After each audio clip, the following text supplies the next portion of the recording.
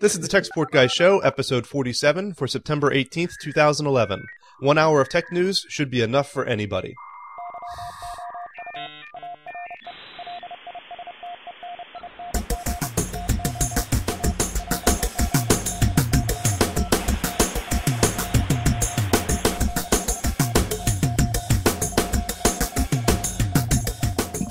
Welcome to the Tech Support Guy Show. I'm Mike Cermak, known on the site as Tech Guy. And with me today is Dan. And I forgot where my cameras are to be able to bring Dan up. Here he is. There's Dan. Say hi, Dan. Hi, Dan. There you go. See, the problem is I had my cameras on my board here marked. And then my son came in here. And he likes to play on keyboards and push whatever buttons he can. And he peeled all of my little labels off. So now I don't know where anybody is. So I got you there, and now if I hit here, there we go. And so now that will be Jacob, and we need to introduce Jacob to the viewers and listeners. Jake is a new guest for us here, or I guess not guest. I don't know exactly what we're going to call you, but guy with nothing better to do than to talk about tech on a weekend. How about a friend of the show? Does that work? Yeah, I like that. Friend of the show will work for me. And Jake has been a longtime friend of Dan, and I've known him for quite a while as well. And he's a true geek and is willing to help us out here a little bit. So you'll be seeing Jake a lot more, I suspect. So let's jump into a couple topics here. The first, hey, Mike, before we get into the topics, I got to say on the keyboard note, your son, get an old keyboard, cut off the cord, and give it to your son. It worked for Karen one. You know, it's funny that worked for him for about 2 days, and then he realized that I wasn't trying to pull it away from him, and I think he's only interested in it if he's not supposed to have it. Yeah. So, yeah. So that's a problem with that. I'm working on that. And what I did get is a why is that not working the way I expect it to? Weird. In any event, sorry, I'm distracted by my buttons being moved all around here. What I did get though is a iPad app, and I think I'm trying to remember who it was. One of the moderators suggested it to me, and it's a cool little iPad app that he can push buttons on, and it plays music and shows colors and all this other kind of cool stuff. The only problem with it is that whenever he's using it, the only hard button on the iPad is still active, so he can go out of it pretty easily. But I'm gonna show it for those who are listening to the video how adorable and cute it is, and he loves it. That'll occupy him for a good 10 minutes. Yeah, there's a similar app for Android that will amuse our children as well. Yeah, you know, I found one on Android, and I'm going to try and find the name of it here so I can try and give them a little bit of credit. But the nice thing with it is that it actually does let you lock it. Yep. So that they can't get into anything else. You have to hit a special combination of corners of the screen to be able to get out of it. Yep. And my Android is giving me a nice wait screen, so I'm not going to be able to look it up and see. I'm not sure how I'm digging the Android, Dan. I've been stuck with the Android now. People who probably don't know, for about a month now I've been using Android. And because unfortunately my Palm Pre phone died shortly before Palm Pre died. And so I'm a little sad about that, and I'm still trying to get used to it. Toddler Lock is the program that I have on here. And it's pretty sweet. I mean, it's kind of cool. Makes some music, does some cool things. But what's nice about it, even if you hit one of the hard buttons at the bottom, it doesn't actually let you out of the program. So I can feel pretty safe handing it to him. And the worst he's going to do is destroy the device, but at least he won't be able to get to my data or delete emails or anything. So that's your child raising tip for the day. Moving right along. So in other tech news. So the big news, of course, is that last week at one of the developer shows, Microsoft went up and started demonstrating Windows 8 a little bit more than what we've seen in the past. And they have released some videos in the past with hints of what Windows 8 is going to look like, and they gave us a lot more information about it at this developer show. Either of you keep up with this? Did you check out what's coming up? Yeah, I've watched a few screencasts on it myself. It was the Microsoft Build Conference. So it was targeted specifically for developers at this point, and they're not expected to release Windows 8 until, I believe, 2012 or at the end of the year, at the end of this year. Yeah, last I heard, they're really pushing the fact that they're not announcing a date, and I think that's from bad experience in the past in announcing dates and not hitting them. Right. So this wasn't necessarily for end users to get a preview of what Windows 8 is going to look like, but more for developers. And specifically, it was a workshop conference so that the developers could get their hands on the APIs for the new Windows 8 and start working with that. Right. And they actually have available for download now for anyone. You can go in and download the Windows Developer Preview of Windows 8, and it's available. We'll put the link in the show notes, but it's available for a free download. And, of course, it'll be similar to the betas we saw of Windows 7 when it came out. I'm sure it has a very strict timeline that it'll work only for a period of time, but so you want to put it on a test machine. It's not something you're going to want to use permanently, and it is a beta version. So actually, it's a pre-beta version. Yep. So it's not something you want to go out and run your business on. But what's interesting about this developer preview is that it comes with the full SDK for what they're calling their Metro style apps, Microsoft Visual Studio 11 Express, and Microsoft Expression Blend 5 developer preview. So. Yeah, so it has a lot of the new tools in it the new user interface that everyone's talking about. Yeah, I think that new user interface is pretty much crap. I was going to ask you how you felt about it. Yeah, it's crap. This is a trend amongst all desktops. They're going away from caring so much about power users, and they're really focusing on true end users, layman end users, and Microsoft has made their Metro interface basically like a kiosk. I think they're kind of gearing it toward touch screens. You know what I mean? If there's anybody that can sort of bring together multiple device operating systems, it's Microsoft. I don't think it's as much as like dumbing down the interface, but making it accessible to many different devices, whether it's a phone or a tablet, or, even a touchscreen laptop, something like that. You know what I mean? And sort of kind of bringing that whole experience together. I kind of balk at that, like you, Dan. At first, I'm like, maybe I want these things separate. But I'm curious to see how Microsoft does it. They're either gonna Windows 7 it, or they're going to Windows Vista it, if that makes sense. I didn't realize those were dictionary terms now. Well, I'm using them as a verb, and I'm sure Steve Ballmer knows what I'm talking about, right? So, for those who haven't seen, I put a little screenshot up on the video, and I'll do that again now. It looks very much like the Windows Mobile interface that we've seen for the new devices that came out in the last year. And it has the Metro style that Dan was starting to describe, where everything shows up. Instead of having a desktop of your icons, you have these little boxes of your icons. And I don't know. I don't know how I feel about it. I think you're right, Jake. I think it is designed specifically for touchscreens, but on a day-to-day basis, I have to wonder how many people are going to use a touchscreen monitor for, work. Right. Is this just for play at home? Are you going to use the regular interface at work? They do have the regular interface available, but That's this correct. is the default interface as I understand it. And I've heard that it's been compared to the Wii interface, where you've got your little blocks to choose from what you want to do, and it's useless for me. Jake, you and I we had our touchscreen laptops, Right. and did you actually use the touchscreen? And I tried for a long time to try to make that device productive, because with my phone, everything's right there, touch your hand, but there's a program called Bump Top that was around for a while that Google ended up buying. You can still get it, in various dark corners of the internet. And that was, I guess, the best application that I found to try to make a touchscreen laptop productive. I'm curious to see what Windows 8 does with it. I don't want to judge before I get my hands on it. I played around with an alpha build, but that Metro stuff was not there yet.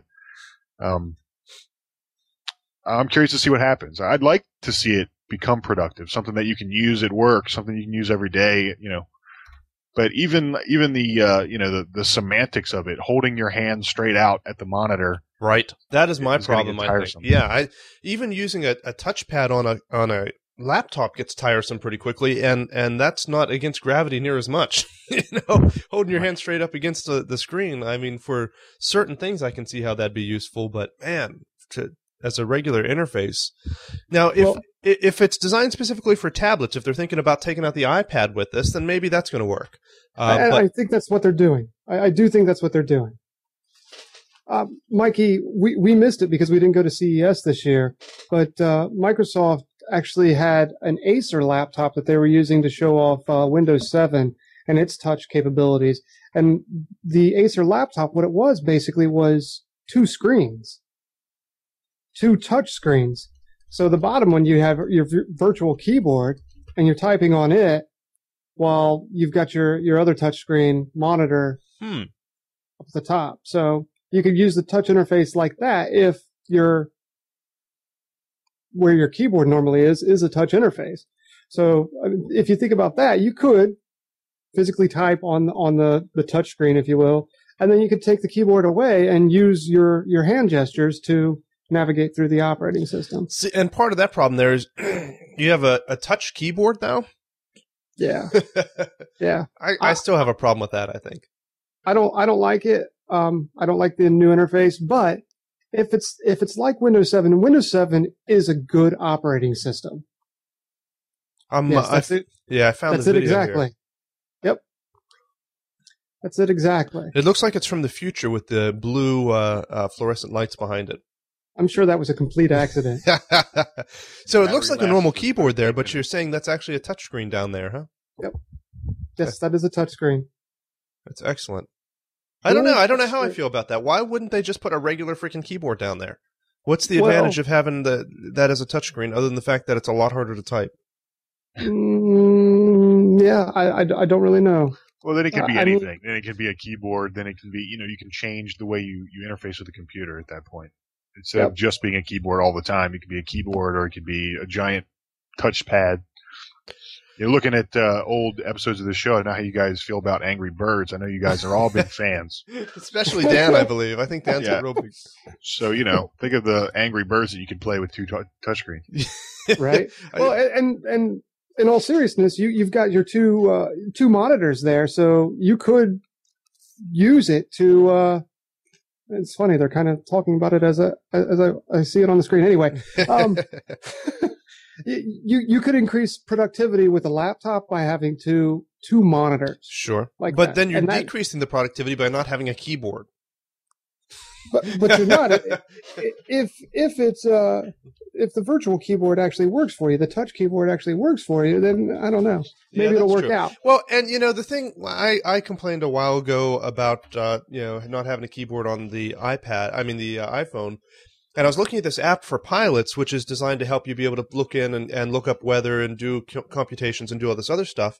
And it's a really cool app if I had an iPhone. And the developer, I tweeted about it, and this developer tweeted back and said, what's really nice about the iPhone as far as the touchscreen keyboard goes is that whenever you're entering that information, we can show you a keyboard specific to that field.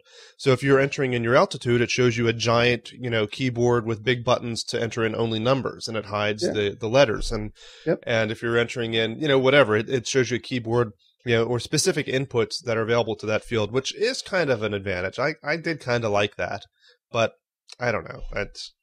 It's still so hard whenever I want to send a text or send an email or whatever. I'm just not used to not having that tactile feel, and it's just not accurate, and it's slow and painful, and I'm not used to it, and I'm old-fashioned is what it comes down to. Have you used a touch keyboard that kind of reacts when you actually hit a key so that it vibrates a little bit when you hit the keys? Yeah, that's an option that is enabled by default, I think, on Android. And that works out pretty well. The best keyboard I've found so far for touch is on Android called Swipe. And where you just move your finger across. And I'm going to see if I can bring up a video, because if anyone hasn't actually seen it and experienced it, it's hard to imagine. But you swipe in the direction of the letters for the word. Right. Exactly. Yeah. So, and you don't actually have to lift your finger off except to put a space in, I think, between letters. But, of course, I'm going to try and show it, and then I'm going to get a caching. Oh, there we go. I mean, buffering. And so I'm going to try and show it here. But yeah, exactly. All right. So you put your finger down, and if you're going to type in Mike, you put your finger down at the M, and then you just move your finger up towards I and down towards K and over towards E without having to actually pull your finger off of the device. And you just swipe your finger across. And it doesn't have to be very accurate. That's what was really amazing once I started using it, is that it has a pretty good system of guessing what it is I'm trying to type based on, about where I land on the keyboard. So that's the best thing I've found so far, and that's relatively accurate, but still I think I could type a lot faster on a real tiny keyboard than on this virtual one. You can actually talk a lot faster than you can type, so the actual microphone input for Android I have found is very convenient for texting and whatnot as you're driving. I haven't tried that too much, actually. I've seen the microphone button there, and I've used it once or twice just to play around, but I haven't played with it too much. I don't know how accurate that is. It's been fairly accurate for me, but we're digressing a little bit from Windows 8. Just a little. So, so are they going to have different on-screen keyboard options available now as well? If they're moving away from having keyboards, is that what everything's? Actually, there's one already in 7. If you've ever tried to use a touchscreen machine, it kind of pulls out from the side as soon as you touch the screen. But the one in 8, at least in the alpha build that I played with, is much larger. It's much more present, if that makes any sense. When you touch the screen or when you interact with the mouse, it's sort of this large section of the screen that turns into a keyboard.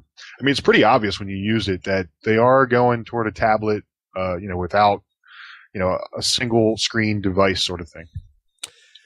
Yeah, I think you're right, and I guess that makes sense to try and get into that market. I'm just worried that they're doing it at the at the expense of what their real market is. People sitting there using the computer for work and wanting to have a desktop in front of them and have a keyboard in front of them, and I don't know. The pretty interface doesn't do too much for me then. There have been the same complaints with Ubuntu's Unity and GNOME 3. They're moving away from productivity users, if you will, and really marketing toward end users who are not really using necessarily their device as a business for a business use, but more for an entertainment use, for playing stupid games like Angry Birds. So one of the things that I thought was interesting, though, in the Windows 8 announcements, I'm going to try and find an article to include in the show notes. And for those who don't know, by the way, I always want to mention the show notes are available techguide.tv, and you just go techguide.tv and it'll have all of the past episodes and downloads for the audio and the video and the show notes. So anyhow, I'm going to put in the show notes here an article, but one thing that caught my eye is that they have now confirmed that Windows 8 will include antivirus in it. So Windows 7 had Microsoft Security Essentials packaged with it, if I remember correctly. No, it didn't have Security Essentials, I don't believe. I think it had Windows Defender. Yeah, Windows Defender. Right, which is really just malware removal, not really an antivirus per se. So they're now bundling. I assume that it's basically Security Essentials. Yeah, yeah, I believe you're right. Now that ought to be interesting to see. How it allows for other antivirus on there, because they'll basically get themselves into the same mess, same antitrust mess that they were with the browser. That's exactly what my first thought was. I was wondering what Norton and McAfee would think of this. Yeah, don't get me wrong. I think McAfee and Norton and even AVG now are all bloatware, and they take up more resources than they need. Yeah, I like Security Essentials. Actually, it's not a bad product. Yep. I don't usually tout Microsoft products, but I like it. It works. It keeps the bad stuff away. It's not bloated. It kind of just runs in the background. Yep. Yeah, it works. It's great. And including it in the actual operating system, is that going to help on cutting down on the number of viruses in the wild? People who aren't smart enough to put an antivirus on their computer or keep it up to date, are they going to have one now when Windows 98? I mean, Windows 98. Boy, I'm old. When Windows 8 comes out. Do you think that's going to make any difference at all, or is it just going to pull money out of the pocketbooks of Norton and McAfee and AVG and all those guys? I think it's going to do more than pull the money out of their pockets. I think it's going to pull money out of little computer shops all over the world because they don't have to be taken in for virus removal because it comes bundled now. You're not going to get some of the dumb stuff that you get on just brought into you, like at the shop in Waynesboro, Mike. You get computers brought in all the time. It's got a virus or whatever. Yep. I think a lot of that's going to go away. We're still going to have dumb people click on some goofy attachment. Sure, and there'll still be, 0-day stuff, and there'll still be viruses that, you get hit before you get the signature for it. But no, that's awesome. If they can cut down seriously on the number of viruses, that's great. I'm not sure that that's going to make a huge difference, but maybe worldwide it will. I mean, or they could just make their operating system more secure. Here we go. Well, but as you were saying, though, I'm just saying, no matter how secure, no matter how tight you have it, if you go in and say, yes, install this program, whose fault is that? It's definitely the user's problem. If I'm using Linux and I decide to download some Trojan on there, it's not Linux's fault that I did it. I'm not saying that Linux is more secure than Windows, just that Windows gets attacked a lot. All right. So on the Windows 8, back onto Windows 8, one of the interesting things is that the 28 applications, sample applications, if you will, that are coming with Windows 8 developer preview, they were actually all written by college students. They were interns that Microsoft brought in. And they kind of did like a Google Summer of Code thing. And they brought these students in. These students wrote various applications. And at the Build conference that just happened, the students were presenting on their applications, the development of those applications. And some of them are actually being shipped in the final product of Windows 8 that will be going out whenever Microsoft releases the final version. But with the developer preview... Cool.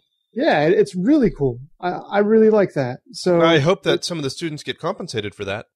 I couldn't tell you how that's going to work out, but the developer preview, if you look on there, those sample applications, I believe with the source are being included in that developer preview. That's cool. Well, and that makes sense to do that so the developers can see how to do this. I mean, because it is going to be different from what they usually. How they usually design and develop an application. Okay. All right. Anything else you guys want to hit up about Windows 8, or should we move on?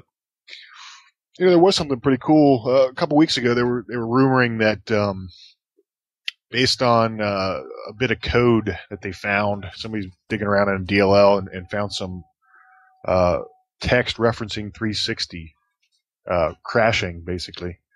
And then they were speculating that it was going to include an emulator for the Xbox. I know you guys aren't gamers, but I am. And that made me very happy. But, when you sit and think about it for a second, I'm not sure how possible that is. Have you guys ever played around with, old console emulations, that kind of thing? No, I really haven't. Well, you need a machine that's much more powerful than the machine that you're attempting to emulate. Sure. And, modern PCs, while they are, a lot more powerful than a 360. They're not quite as powerful as you would expect. They're still trying to emulate the original Xbox. Well, and they have announced, right, that there is an Xbox Live for the PC that they're going to have in Windows 8. That's not what we're talking about. There was two distinct portions, right? You had Xbox, and then you had games for Windows Live. They've recently, at least on the marketing side, merged the two of those into the Xbox 360 website, at least. So, I think that's sort of indicative of the larger sort of Microsoft paradigm of merging everything into one. Their Windows 7, Windows Phone 7, obviously the desktop operating system, Windows 8, tablets. Now they're going, they're PC gaming and then console gaming. They're sort of merging those together.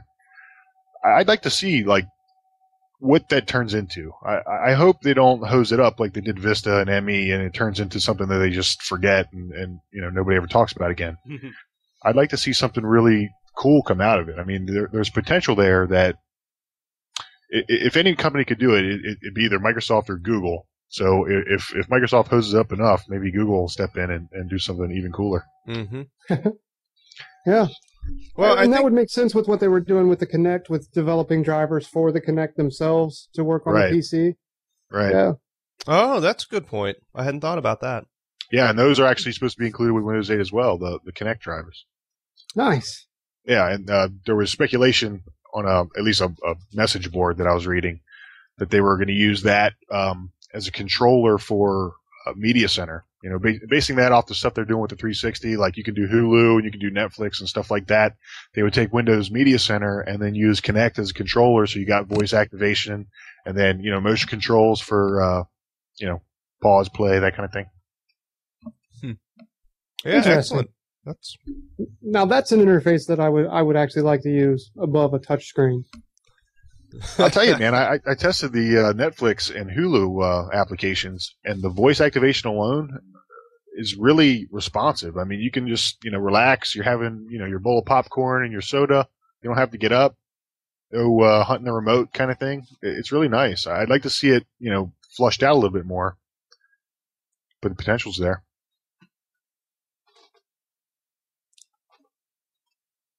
Sorry, I was just choking back there a little bit. Just getting all choked up thinking about Windows 8, Can't wait. Yeah, no, and it makes some sense for them to try and of their... No worries. It makes sense for them to try and integrate all of their systems together. I think Apple's done a real good job of that with iTunes, whether you're on a Mac or an iPhone or an iPad or whatever. It's all very intuitive and all the systems connect together and everything talks. So, why would you not do that? You get them pulled in on one device and then you can kind of, connect them across all of them. Yeah, what's notable there on that comment, Mike, is that Apple has kept their iOS and their Mac OS completely separate. They're two different operating systems. They're not the same. And what Microsoft is pushing for with Windows 8 is it's one operating system on all three devices. And by three devices, I mean your computer, so a laptop, desktop, your tablet, or your phone. That's an excellent point. Yeah, that's an excellent point. That's a big difference. Yeah. All right, I've got one more thing on Windows 8. All right. There is a new API, if you will, that replaces the Win32 interfaces. It's called WinRT, and it stands for Windows Runtime. And it's basically kind of like SE Linux, if you will, at least in how I'm interpreting it.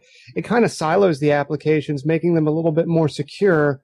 They only affect themselves. They don't have access necessarily to other applications to screw them up. Like in previous versions of Windows where you could get a virus that through one application that affects Internet Explorer and completely takes over Internet Explorer. From what I get here, the WinRT, they're sandboxed, so they can't they just can't access or affect another application. Well, that's interesting. Kind of the way they separated it in memory and virtual memory and in the past on other operating systems. I mean, that's great. All right, I'm done. I like the way that the developer portion of Windows 8 has come along. I don't like the interface. That's where I'm going to leave it. All right, I'll accept that. Any other final thoughts on Windows 8, Jake? Man, I could sit and talk about geeky stuff like this all day. Well, we mentioned Apple just a little bit ago, and of course, the big news that most people would have already heard by now, but I want to make sure that we mention and give credit to, because we kind of expected this to be coming for a while, I think. I think we've talked about it for a while, but Steve Jobs has officially stepped down from Apple as CEO. I think he's still on the board, but just isn't going to be, day-to-day CEO anymore. You guys have any thoughts on that, or any, I don't know. I don't know what to say about that. Of course, my first instinct on it is that, he must not be doing very well. I mean, it's no secret that he's had a lot of medical issues here in the past few years, and I figure if he's stepping down now, it may not be looking too good for him, but it's all speculation right now, I believe. I don't really have too much on this. I think that he was a visionary. I think that his vision, as far as he still maintains it with his health issues, will still benefit Apple. because he's still going to be in touch. This is it's his baby. He's not, orphaning his child. He's just stepping away from active parenting, if you will. And his vision will still be there, I think, and will be shared with the current Apple executives. I think it's absurd to think that any one CEO is going to stay forever. Well, that's true. Although, Steve has been the sort of guy who, does always seem to be there. And I don't think he's the sort of guy who wanted to step down. Yeah, I don't know. Yeah. Well, I mean, time will tell. Hopefully he'll, have a good long retirement, but time will tell. And hopefully Apple won't suffer too much for it. I think you're right. I think that they've got a lot of good people in there and a lot of visionaries now, and he's still involved. And it's not like Apple was one guy. I mean, a lot of people will jump to that and think that, Apple is Steve Jobs and Steve Jobs is Apple, and one can't survive without the other. And I don't think that's the case. Whenever Steve wasn't there, they didn't do very well, for sure. But I think they've got their ducks in a row now, and if they can just keep going down this path, being innovative and coming up with new markets. Don't stagnate like Windows or Microsoft did for a very long time. Don't get too comfortable. Yep. I think exactly. That was a lot of mistakes. I think that was Palm's mistake as well. I think that's why they died. Yeah. Anyhow, all right. That's all I got on that. What else we want to mention? You guys have anything else you want to hit up? Go ahead. No, go ahead. I was going to say another story that caught my eye was that Google Plus finally has an API. We've been talking about Google Plus for a while now, and how supposedly it will be the Facebook killer, although I think we're all a little bit skeptical, especially at this point where I haven't seen, at least in my circle of friends, a very good adoption of it at all. I mean, I check in there, every once in a while to see what's going on, but man, there's nothing going on. I mean, no one's using it. But the news that what just came out, though, is that the API is available. And, of course, we all expected that because, as you know, in Facebook, they have an API so that people can develop applications within Facebook. And then you get the Farmville and the other junk games like that that Dan loves. I don't know if Dan likes Farmville better than Angry Birds or vice versa, but either way, it's good stuff. So the API is it's almost a joke that were released for Google Plus, allow applications to read information posted as public in Google Plus. Yeah, I was sorry, I was reading something on Google Plus API, and it's a very top level API that doesn't give access to other things. Let me see, where was I? Yeah, it really doesn't do much of anything. It almost sounds like it's an RSS feed. I mean, really.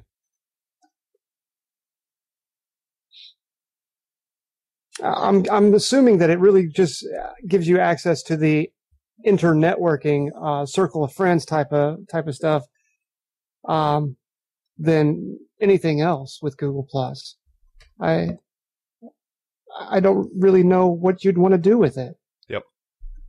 Can I just say, and Jake, I'm going to say this without even knowing what your profile looks like on Facebook or Google Plus or anything else, but may I just say that it really irritates me whenever people post a profile picture of themselves that isn't of themselves. You know what I'm saying? Like, I'm looking at my Google Plus, and at the top of the Google Plus, they have, they have my circle of friends and the 10 people I know who actually use Google Plus, and half of them, like Dan, has his profile picture of him sitting there, playing the guitar, and another friend is sitting there, smiling, and my brother has a professional shot. And then I've got these other friends who have pictures of their dogs or of their kids or of whatever, and I look at that, especially in Google Plus where it doesn't show their name next to it at the top, and I'm like, I don't know who the heck that is. It's someone's, all little kids look the same. I don't know who's there. Yeah. It makes you want to remove them from your circle of friends. It's very frustrating to me. And especially, the phone shows the picture from Facebook whenever they call, and which is a cool feature. I love that. But then whenever I get, there's a picture of someone calling, I say, I don't know who that is. And it's just someone who has some picture of someone else as their profile picture. Anyhow, that's my rant for the day. Just thought I'd mention that. I know you guys. Thanks for sharing. Mm-hmm. Yep. It's frustrating for me too, because you have no other indication unless you hover over them. I think it does tell you who they are. Yeah, it does if you hover over them. But I don't put your You don't picture. wanna- It's your profile. I want your. Right, but you do have to verify your identity. So several celebrities have posted Google Plus profiles and had to have their profiles either put on hold or removed because Google didn't think they were really that celebrity. Well, that's kind of good that they're on it from the start. Because I know that was a huge problem with Twitter whenever it first came out, that there were a lot of fake celebrities on there. A lot of people pretending to be a celebrity. All right. What else is going on? There's not a whole lot. I mean, for as much big news as there was as far as Steve Jobs and Windows 8 goes, there's not a whole lot else going on. The other news story talking about Google that I saw that I thought was interesting was there's an article about Google's use of electricity. I guess it was brought into question about why they're using so much electricity and to try and defend themselves and defend that amount of usage. It's an interesting article. I'm going to try and bring it up here to give you some of the statistics. Let's see. Hydroponics. Hydroponics? Yeah.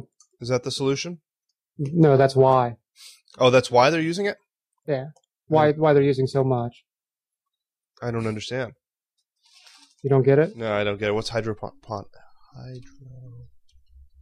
Hang on, I'll get it here in a minute. Wikipedia. Method of... Oh! See, I'm pretending I didn't get it because I'm not involved in that industry. That's my actual secret company, and I have to pretend like I don't know what these terms mean. Right. I gotcha. Well, growing plants. I see. Yes. Just plants. Grow. Just plants. So, in reality, though, Google said on last Thursday here that they are continuously using enough electricity to power 200,000 homes. And they defend themselves saying that in doing so, they're making the planet greener. Which may or may not be true. They have data centers all around the world, as you can imagine, that have servers that run all of their services. Google, of course, is also YouTube and Gmail and a number of other services. And they continuously draw 260 million watts of power, which is about a quarter of the output of a nuclear power plant. It's amazing. So 260 million watts is a lot of electricity. Yeah. I don't know. So how do we feel about that? Do we care? Is that, I mean... How is that electricity generated? Yeah, well, I mean, it's coming from all over the place. They have data centers all over the world, so I'm sure it's how whatever power is available in that area. If they have a data center in, out here, maybe it's going to be coal powered. If they have a data center in, in Germany, maybe it's nuclear powered. It probably just depends on where it is. Right. So, and I'm sure it's not from solar panels. It doesn't bother me. It doesn't bother me. Yeah, I mean, that's just the way civilization in general is going. I mean, everybody, not just Google, is using more electricity. I see in your background there, Mike, you've got 3 or 4 monitors going. No, that's crazy talk. I don't know what you're talking about. I mean, same here. We've got TVs. I've got dual monitors set up as well. We've got 2 or 3 computers running. It's not just Google, and Google offers a lot of services, and people expect them to be on, and we have to accept that that's just the way civilization in general is going, and plan accordingly. Yeah, I don't believe that they are doing anything to cause them to use more electricity than they ought to. You know what I mean? It's just I don't think that anyone is really claiming that they're going above and beyond what they ought to, and they have no reason to do that because electricity is expensive. So if they could cut that in half somehow, they certainly have the what's the word I'm looking for? The reason to do it. I mean, it's not as though free market isn't going to make them try and be as efficient as possible. Right. Well, Amazon, Microsoft, they haven't come out and publicly said what electricity they are consuming. I mean, with the Amazon Web Services and all of the uptime that is required there, I'm guessing they're using a good bit too. Mm-hmm. I don't know that it would necessarily be on par with what Google is using, but I bet you it's a good bit. Google, and I'm not sure why it really matters. But I'm not part of any environmental organization either. Right. Google released this screenshot I'm going to put up in the video for those watching. And what it is, it shows 6 servers across the top, giving an example of contrast of those companies who have their own server for email and whatever versus those who put their email into the cloud. So in the first part, they show 6 individual servers that are pulling electricity for 6 separate companies. And then on the second slide, they're showing 3 servers or 3.5 servers that are doing the same amount of work because of efficiency, because they don't need a full server for each one of those companies. So by putting them in the cloud, they're actually using fewer servers, thus less electricity, rather than have everyone have their own local server. Sure. And that's a good argument. I could see that. Yep. Less environmental waste as those servers are replaced with the latest and greatest, and hard drives crash and whatnot, or you just fill up the disk drive. Yeah, but then you have to worry about, this is what I do for a living. So you have to worry about performance too. If you've got those 6 companies using 3.5 servers when they were using 6, there is going to be a performance difference there. Well, and it depends a lot on the company and the needs, because, if you have a server, an Exchange server that has 10 users on it, I mean, you could probably combine 100 of those, well, maybe not 100, but you could combine a lot of those, small companies together into one server. Yeah. It just really depends on the size of the organization and the needs and the space needs and everything. But you're right, at a certain point, if you have a huge organization, it only makes sense to have a dedicated one. But I don't know that I've ever seen any performance degradation on any Google service that I've used compared to something else. For example, Exchange versus Gmail and the calendaring and all of that you get there. I've seen Exchange crash, but Gmail remains up. I can still get my calendar, my contacts, all of that. And they're servicing much more than, say, for example, my business is. Yep. My company is. Well, and certainly, there is some risk to putting things in the cloud, and the cloud has failed before. There have been cases where Gmail has gone down, or at least for a select number of users, it's gone down. But, I agree with you. I think that it's news when that happens because it's not as often. Yep. Ecom in the chat room posted a link here that actually says, shocking, power demand for U.S. homes is falling. Whoops, I meant to try and paste that, but it doesn't look like it's going to let me paste the real link into the chat here. But I wonder why I can't paste that into the chat. Oh, there it goes. Anyhow, there's the link for those in the chat. Anyhow, so it actually looks like people were using less electricity recently. I don't know how I feel about that, or at least it's leveling off, it says here. I don't know if I'm going to have to read. It says, in part because Edison's light bulb is being replaced with more efficient types of lighting, and the electronic devices of all kind are becoming more efficient. But there are other factors, including homes are being built to use less electricity and to be more efficient, government subsidies for home energy savings programs that help older homes use less power. So we are getting a little bit better about it. It's because Google's taking it all. We got to cut corners. So whenever they have those rolling brownouts out in California in the summer, it's going to be Google's fault. Gmail won't go down, but I won't be able to use my refrigerator. Google's going to be the new evil empire. Everybody's going to hate them like they did Microsoft there a few years back. Maybe. I don't know. I don't know if I see that happening anytime soon. It's kind of scary how big Google has gotten, and I would think, based on that you would be right. People would be scared of them just for that fact. But the fact remains, people really trust Google. And I do. Yeah, I do too. Much more than I do Microsoft and a lot of other companies. And right. Google's, whole stance of don't be evil, I think in large part they've been successful in that, and successful in presenting that to people. People know that. Right. I mean, there's certainly been exceptions to that, like the Google Buzz fiasco, but yeah. But in large part, you mean both people that use Google Buzz? Well, I think they killed Buzz, didn't they? So now it's both people who use Google. No, Buzz is still there, actually. Yeah. Oh, really? Buzz is like Twitter, and then Plus is like Facebook, I guess. And it's integrated into Google Plus. Excellent. So the 10 people I know who use Google Plus. Yeah. Oh, man. All right, fellas. Well, any other stories you want to hit up here before we call today? Well, Ekim brought up that no, sir. AMD bulldozer overclock, which is pretty cool. So tell me about this. So the news is that AMD has a super fast CPU now. Well, they broke the Guinness World Record, right? It says here it's 8.429 gigahertz, fastest frequency in the history of computing. They had to use like 425 gigahertz. I have to think about that for a minute. Yeah, 8.429 gigahertz. That's fast. Eight and a half. You can play games pretty quickly with that. Well, Bulldozer is kind of at least right now is intended for servers and stuff. 16 cores, virtualization, basically. Now, I assume this is every core is at 8 gigahertz. It's not that they got I 8 1 gigahertz myself. Cores together, because that doesn't count. That's cheating. I can have 1 gigahertz cores. And I'm sure it's probably single core, 16 times 8.5 a piece. But they had to use liquid nitrogen to get it up that high.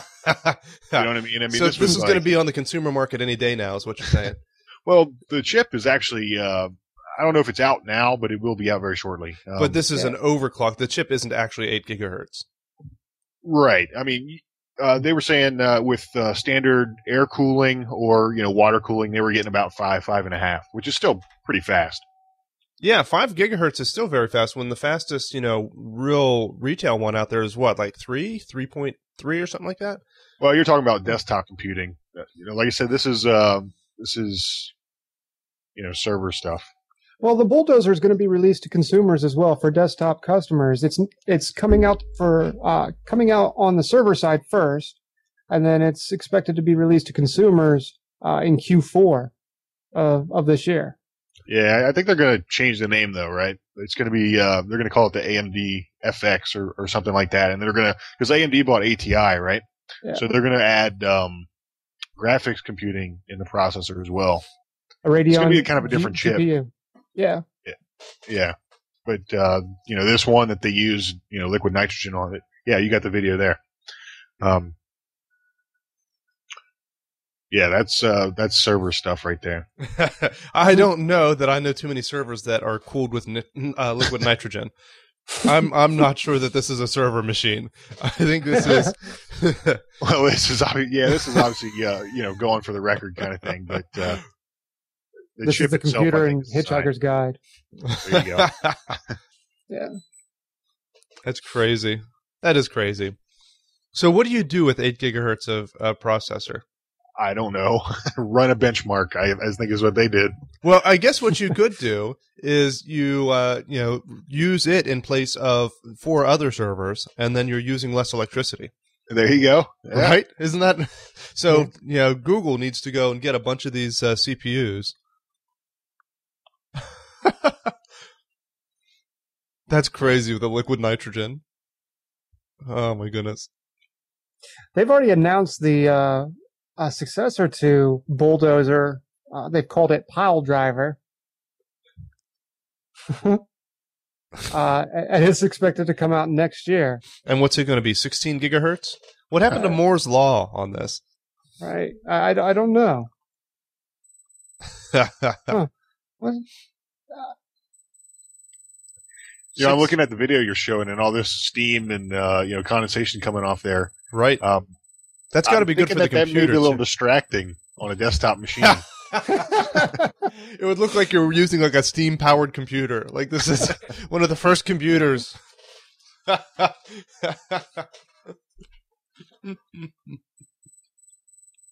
That is interesting. Yeah, high fives all around. Yeah. So, when are you going to go out and buy one, Jake? Well, I'm thinking probably never. As soon as I sell my house and get the money up, I'm gonna have to get a large stock of liquid nitrogen. I was working on a server the other day. We're building a new server, and it takes ECC RAM, error corrected RAM. A lot of servers do, and I think it was DDR3 RAM. Anyhow, and it supports up to 64 gigs of it, but it has to be put in like 8 gig chips. And I was doing the math on that. And I was like, that's a lot of money. I mean, it was like thousands of dollars to put that much RAM in there. We didn't, by the way, but it would be nice to, as you say, sell the house and then be able to have a machine with 64 gigs of RAM. Yeah. And it's interesting too to think about in 5 years that will be standard. All right, maybe not that soon, but you know what I'm saying. I can't see anyone needing more than 640K. Oh, excellent. Well done, sir. Well done. And who's that quote by? Bill Gates. Yep. Is that a real quote, or is that one of those fake ones? That's real. That's real. I believe you can probably go to YouTube right now and find a video of that No, I don't think so. I think that was. I think that was interview. said in an interview in 1981. Yeah, I think there's a video of him talking about it, after everybody started making fun of it.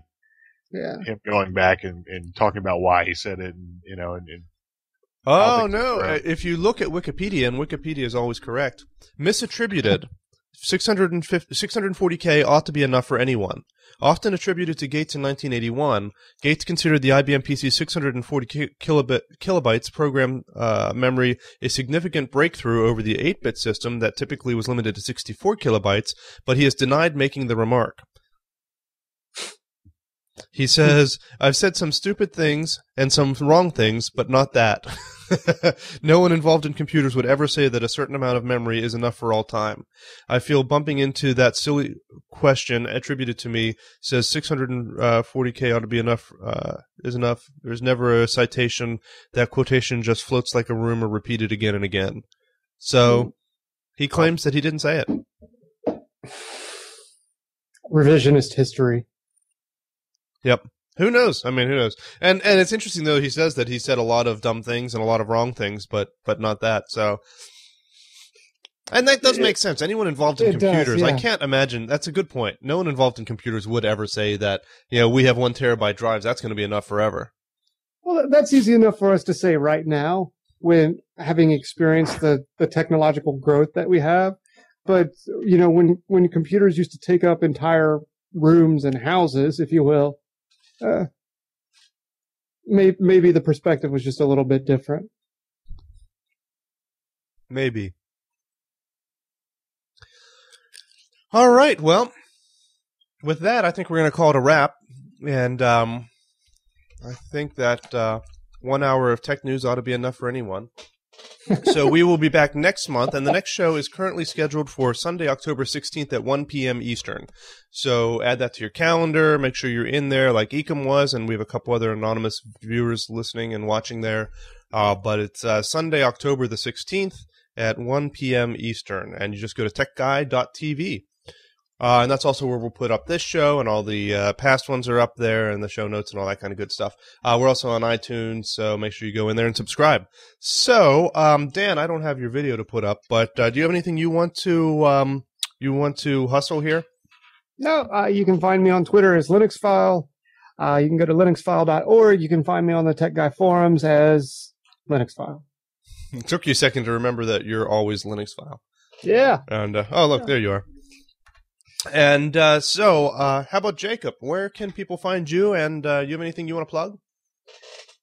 No, not really, man. And to be honest, I was kind of quiet during the social media section, but I don't spend a lot of time on Twitter, etc. I have an account, but I don't use it. Well, maybe I'm showing my age here. Maybe I'm speaking for a small subsection of geeks, but I think with Google Plus and the next generation of social media will be done without my presence. You're not going to be one of those people who just follow from Friendster to MySpace to Facebook to Google Plus. Well, I did the Friendster, MySpace, and it's kind of died off as I've gotten older here with Facebook. But I've got accounts for all these things, and I've checked them out just to see what's up, but I don't use it. I need to. I know we just did the wrap here, and this is supposed to be the end of the show, but I need to find the story here. MySpace was recently sold. I don't know if you guys saw this. Rupert Murdoch's company owned MySpace and bought it. And do either of you remember, without Googling, because that's cheating, do either of you remember how much Rupert Murdoch's company paid for MySpace back in the day? Come on, I want to see who can guess the closest. 250 million. This was in 2005. 250 million. All right, Dan's at 250. You got 250 going once, going twice. Jacob, what's your guess? 12 million. 12 million. Good guess. Rupert Murdoch's company bought MySpace for $580 million back in 2005. News Corp. $580 million. For those who don't do math well, that's $500 million. And so they just sold it, and they sold it to an advertising agency. And does anyone want to hazard a guess as to how much they paid for, or how much they sold it for? $125 million. $125 million. So you're guessing they would have lost about $400 million on that deal. Yep. Okay, and Mr. Mueller? $28. And some would argue that $28 would be overpaying for it.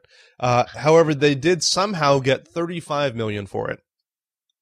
So they lost about $550 million on that deal over the course of 6 years. Money well spent. Whew, boy, I just thought I would mention that. That's crazy how that happens. So right now, everyone's looking at Facebook, and Facebook hasn't gone public, but everyone's eager for that to happen someday, and it's going to be worth a ton of money. But then when the next big thing comes out, is it just going to be another MySpace? Something to ponder. That's what Jacob thinks it will be. I would agree with that. I'm going to put words in his mouth. The antisocial person. It's true. Anyhow, all right, so just something for everyone to ponder. Thanks again for being with us today, and we'll see you next time.